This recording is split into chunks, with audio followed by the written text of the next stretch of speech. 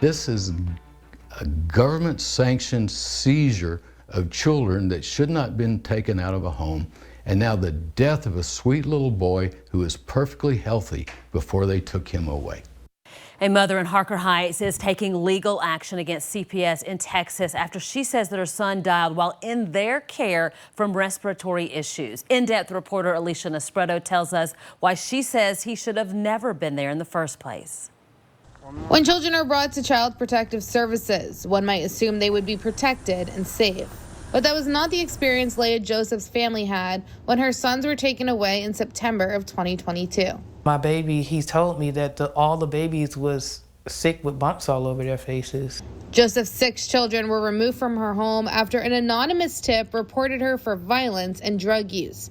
Despite passing numerous drug tests, she said her kids were still taken to live at the Garden of Hope, Central Texas. I definitely believe the place was filthy because my 13-year-old, at the time I had bought him some Jordans, and I was going to bring it to him, and he said, "Mom, don't bring it. This place is too dirty for Jordans." The boys were at the facility for just over 6 weeks when she was told her youngest had passed away. I fell out to the ground, and then when I opened my eyes back up, she was standing over me saying, "Miss Joseph, Miss Joseph."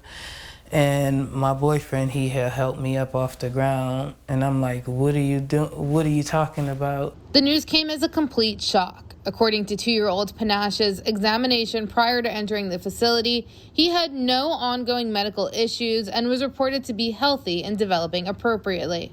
There's something wrong when the government can come into a person's home and drag their children out based on an anonymous phone call when they're healthy children, no broken bones, no marks on their bodies, and they're just taken away for months until one of them dies, and then they suddenly just close an investigation and drop it. Joseph is working with the Vic Fizell Law Office to bring justice for Panache. The two filed a wrongful death claim and sent a settlement demand to the facility. Our goal here is to compensate this sweet lady and her children for their loss of this sweet little brother. And we also would like to see some changes made so that this does not happen to other people. The mother says she believes neglect played a role in her son's death. One of her other children said the last time he saw his brother alive, he was not being taken care of. My 14-year-old, he was awakened at 3 o'clock in the morning by the sound of Panache screaming. And he made it all the way from one side, the teenager side, to the baby side of the facility. And he was in there with my baby for about 20 minutes before anybody even came who worked there. The family is devastated at the situation, and Joseph hopes to prevent anyone else from losing a sweet and caring child with so much life left to live. He liked the Ninja Turtles. I believe he thought that him and his brothers were Ninja Turtles.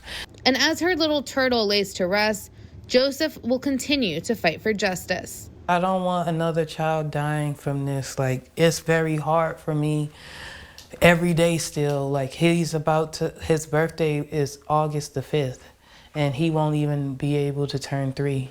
In Harker Heights, Alicia Nespreto, 25 News. And they released a statement today saying anytime a child dies while in a state licensed facility, both DFPS and HHSC staff investigate the incident to determine what happened. DFPS shares any findings with HHSC, which licenses such facilities.